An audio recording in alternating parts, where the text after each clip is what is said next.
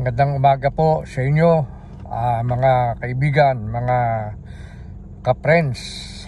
Siguro po napansin ninyo o napapansin ninyo na ito mga nakakaraang araw ay napadalas yung aking pagpo-post ng video dito sa Facebook at sa YouTube.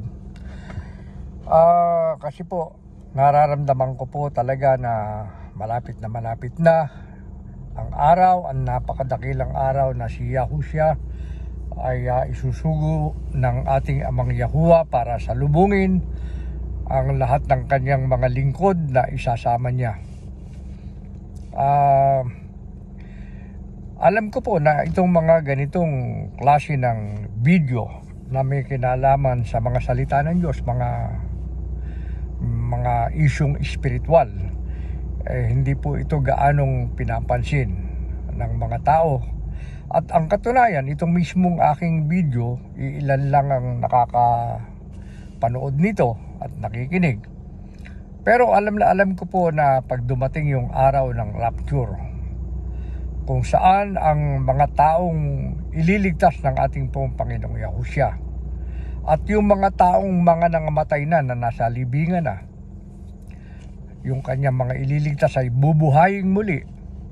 Mabubuhay sila sa isang kisap mata, kasabay ng mga inabutang buhay. Halimbawa, ako po ay kasama sa ililigtas, inabutan akong buhay. Kasama ko po yung mga biglang binuhay, sabay-sabay na iaakyat para salubungin ang ating pong Panginoong Yahushua sa hangin, para sumapanginoon magpakailan-kailanman. Yung pong araw ng rapture, napakadakilang araw po yun na tiyak na yan mababalita sa buong mundo. Dahil alam naman po natin na ngayon meron ng internet, merong YouTube, merong Facebook, at marami sa mga tao may mga camera sa mga cellphone nila. Kaya hindi katakataka na yan mabalita at yan ay magiging isang very significant event o makasaysayang pangyayari sa buong mundo na ikagigimbal ng lahat ng mga tao. At sa oras na yan mangyari, ang magiging natural reaction ng mga tao, siyempre mag-aalala, yung iba matatakot. At yung iba, siguro yung maraming mga tao na ang masasabi o magnanasa o magkakaroon ng interest na makinig sa mga video na may kinalaman sa mga pagtuturo ng mga salita ng Diyos. At hindi po ninyo na itatanong, nakasulat sa Biblia na darating yung panahon ng mga tao ay magugutom, mauuhaw.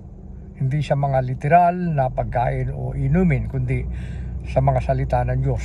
At darating yung panahon na, lalo na pagka dumating na po yung Antikristo, natitiyak ko na yung mga Biblia na nandyan sa mga bookstore, sa mga tindahan, ay kukunin niya ng gobyerno at yan ay ipasusunog. Sapagkat pagka po dumating na yung Antikristo, ang maghahari na po yung Antikristo sa buong mundo. Magkakaroon na ng isang gobyerno sa buong mundo, one world government. So sila ang masusunod na. So pagka yung Antikristo na ang namumuno, ang nakikita kong mangyayari yan, yung mga Biblia na yan, pasusunog yan, mawawasakin yan. Sa katunayan, yan pong ganyan nangyari na nung araw. Nung panahon na nagkakaroon ng Holy War, yung mga Katoliko at Protestante nung araw, nagkaroon na po ng ganyan mga pangyayari. At lalong-lalo na yung mga tao na nag-expose o nagbubunyag ng mga maling aral. Alam nyo ginagawa rin, ang tawag dyan ng simbahang Katoliko nung araw mga erehe, mga heretics. Sila po yung pinapatay sa pamamagitan ng tulos.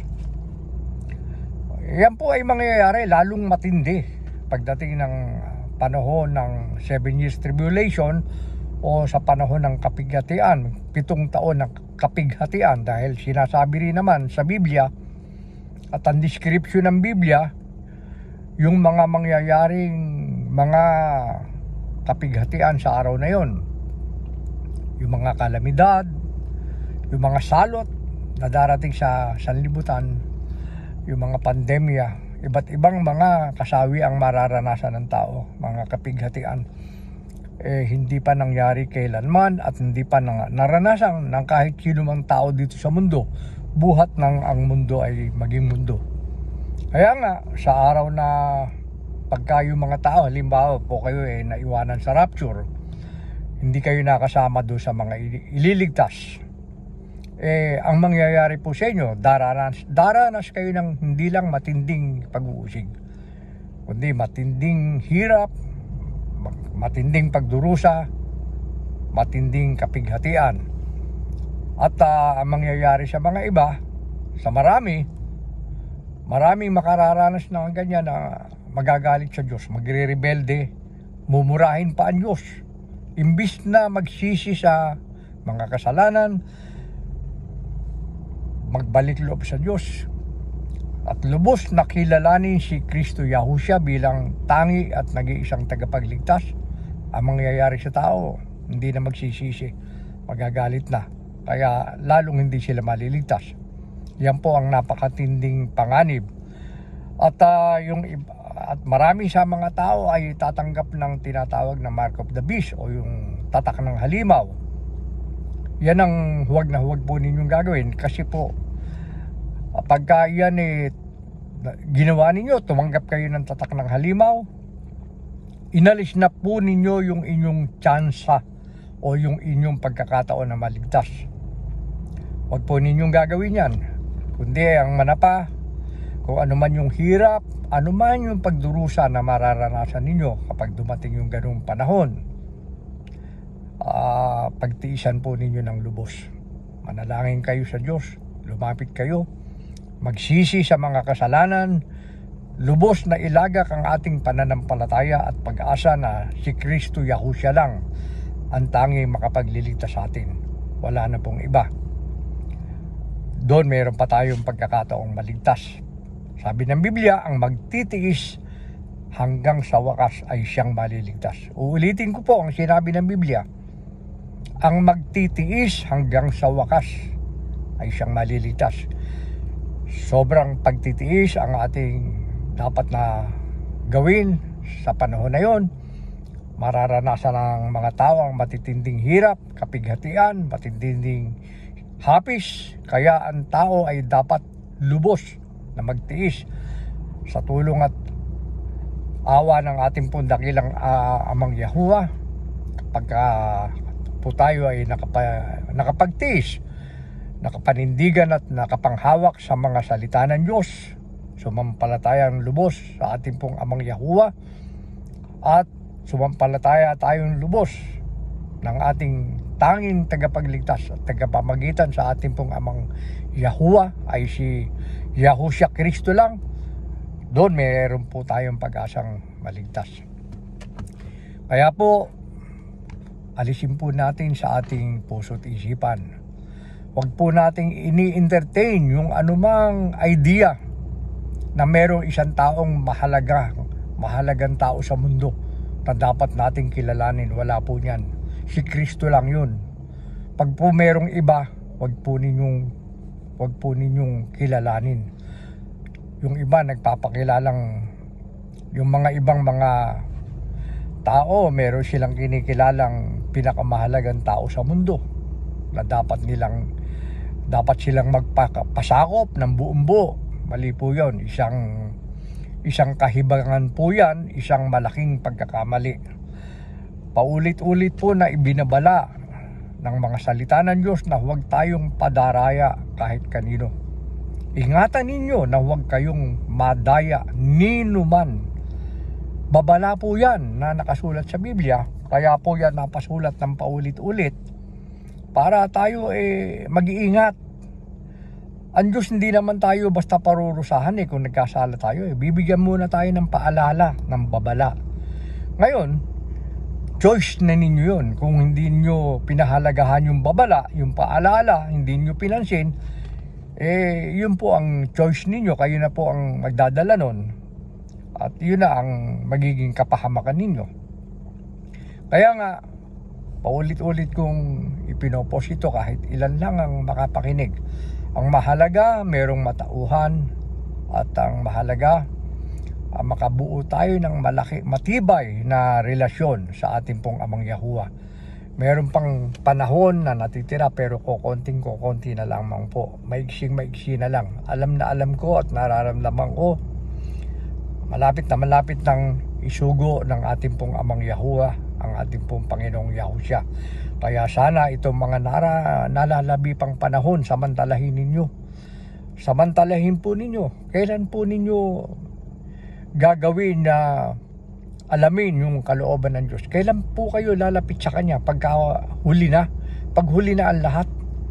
Siguro kayo nakakakita kayo ng mga taong mga naghihingalo, yung mga hirap ng huminga. Hihintayin ba ninyo yung ganong sitwasyon ng buhay na maranasan ninyo bago kayo magsisisi at gusto niyo ibalik yung mga araw para kayo magkaroon pa ng pagkakataon na magsisi at lumapit sa Diyos at maglingkod sa ating pong Amang Yahuwah? Pag po kayo ay nawala na ng ganong pagkakataon sa buhay ninyo, huli na ang lahat. Wala na, ang hinihintay na lang ninyo yung araw na kayo parurusahan na.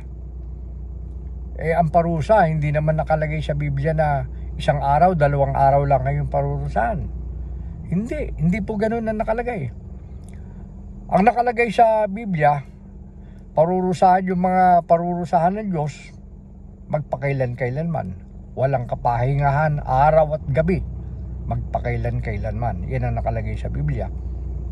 Isipin ninyo yung parusang mararanasan ninyo. Hindi katumbas ng mga sarap, mga kaligayahang naranasan ninyo rito sa lupa. Pero kung kayo naman makakasama ron sa rapture at maliligtas kayo, yun namang mga naranasan ninyong hirap, mga problema, mga bagabag na naranasan ninyo dito sa buhay nito, hindi naman katumbas at hindi ninyo maihahambing sa gantimpala na ipagkakaloob sa atin ng ating pong Amang Yahuwah. Isipin ninyo, magmamana kayo ng buhay na walang hanggan. Sabi ng Biblia, doon wala nang hirap, wala nang hapis, wala nang hirap, wala nang hapis, walang dalamhati. Papahirin ng Diyos ang bawat luha sa kanilang mga mata. Nakalagay sa Biblia. Ibig sabihin, yung naranasan nga po natin dito sa buhay nito na mga pagsubok, mga hirap, mga alalahanin, mga bagabag, hindi naman katumbas yan nung gantimpalang ipagkakaloob sa atin ng ating pong Amang Yahuwah. Pag po tayo ay nakapanindigan sa panig niya at sa panig ng kanyang mga aral. Ganun din naman, kung kayo nandito sa lupa at kayo hari, o kaya kayo senador, congressman, o kaya kayo bilyonaryo, napakasarap ng buhay ninyo.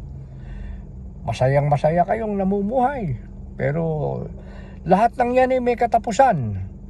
Pag po naman kayo pinarusahan na sa dagat-dagatang apoy, hindi naman katumbas yung kaligayahang naranasan ninyo dito sa mundo na napakaigling panahon lang naman, doon sa hirap na mararanasan ninyo sa dagat-dagatang apoy. Isip-isipin ninyo kung kayo nabubuhay dito sa mundo na meron kayong taglay na kapangyarihan, pero kayong mataas na posisyon sa gobyerno. Gaano katagal yun? Hindi naman kayo mabubuhay ng 100 taon. Mabuhay man kayo ng 100 taon o 150 years, sabihin na natin 150 taon na kayo nabuhay dito sa mundo. Pagdating ninyo ng 90 anyos hindi na rin ninyo ma-appreciate, hindi na rin kayo masisiyahan doon sa kayamanin ninyo kasi yung pagkain ninyo pilim-pili na. Pwede kayo mamasyal pero hindi na kayo mag-good time kasi hindi na kayo mag-i-enjoy. Hindi na ninyo iisipin mag-good time kasi matanda na kayo, mahina na kayo nun eh. Wala na kayong gana sa sex. Wala na kayong gana sa mga bagay na nandito sa mundo kasi matanda na kayo eh. Meron na kayong arthritis nun. Meron na kayong sakit sa puso nun. Marami na kayong nararanasan sakit sa katawan. Sa madaling salita, yung kaligayahan ninyo, maiksing panahon lang eh. Very limited yung panahon na kayo masaya, maligaya. Nai-enjoy ninyo yung inyong kayamanan, yung inyong fame, yung inyong kasikatan, yung inyong kapangyarihan, yung inyong mga tinatamasa na mga material na bagay. May panahon na hindi na ninyo ma-appreciate gaano yan kasi nga darating yung panahon na mahina na kayo, matanda na talaga kayo. Okay, sabihin na natin 100 taon na maligaya kayo, tinamasa ninyo, na maximize ninyo yung mga material na bagay na meron kayo, yung kayamanan ninyo, na-maximize ninyo yung inyong glory, yung inyong fame, yung inyong mga kayamanan, yung inyong kapangyarihan. Talagang naging masaya kayo, lubos na masaya sa loob ng 100 taon. Pero katumbas ba yun nung kayo ay parurusaan sa dagat-dagatang apoy magpakailan-kailanman? Yung po ba katumbas nun? Di hindi po. Pag sinagot ninyong katumbas yun, ewan ko kung nag-iisip kayo, kung pagka naniniwala kayong katumbas yun. Hindi ko alam kung ano ang takbo ng isip ninyo pagka gano'n ang paniniwala ninyo. Ngayon, yun namang mga naranasan ninyong problema, hirap, pagsubok, pighatian, katumbas naman ba yun nung mga mararanasan ninyong kaligayahan na walang hanggan, walang katapusan sa piling ng ating pong Amang Yahuwah na lumikha ng lahat ng mga bagay, lumikha sa atin? Hindi rin katumbas. So mamimili lang kayo eh. Anong gusto mo? Maligtas ka o hindi ka maligtas? Anong gusto mo? Kaharian ng Amang Yahuwah o dagat-dagatang apoy? Mamimili lang kayo. Ngayon, naririnig ninyo itong sinasabi ko, napakalaki pa ng pagkakataon ninyo na makapamili. At napakalaki pa ng pagkakataon ninyo at tsansa ninyo na kayo maligtas. Dahil buhay pa kayo, pwede kayong magbalik loob sa Diyos, pwede pa ninyong siyasatin, alamin yung mga kalooban ng Diyos para tayo maligtas. O yun, pwede nyong gawin ngayon yan. Ngayon, habang pinakikinggan ninyo itong aking sinasabi ngayon, syempre kailangan ninyong magdesisyon. Ngayon, syempre, ako naman walang magagawa para sa inyo. Hindi ko naman kayang pangunahan ng desisyon ng kahit sinong tao kasi lahat tayo may kanya-kanyang isip. May kanya-kanya tayong mga desisyon. So, kayo ang magdedesisyon, hindi naman ako. Kaya lang, sinasabi ko sa inyo, inilalatag ko sa inyo yung mga mangyayari, inilalatag ko sa inyo para maisip ninyo, ano ba dapat kong piliin? Yun lamang po. Kaya po ako porsigido para samantalahin natin yung pagkakataon na tayo buhay pa. At hilingin po natin sa Diyos, sa ating Amang Yahuwah, na isugo sa atin yung kanyang banal na espiritu na magtuturo at magpapaunawa sa atin ng lahat ng mga bagay at gagabay sa atin para magawa natin yung tamang pagdedesisyon sa buhay na ito. Hindi lang sa buhay na ito, pagdedesisyon lalong-lalo na sa mga bagay na ayon sa mga kalooban ng Diyos, sa mga bagay na may kinalaman sa mga ipinag-uutos niya sa atin. Maraming salamat po uli sa inyo. Shabbat Shalom po sa inyo. Sana pagtiyagaan niyo ako. Huwag po kayong magsasawa. Malapit na po dumating si Kristo Yahushua. Konting panahon na lang. Salamat po.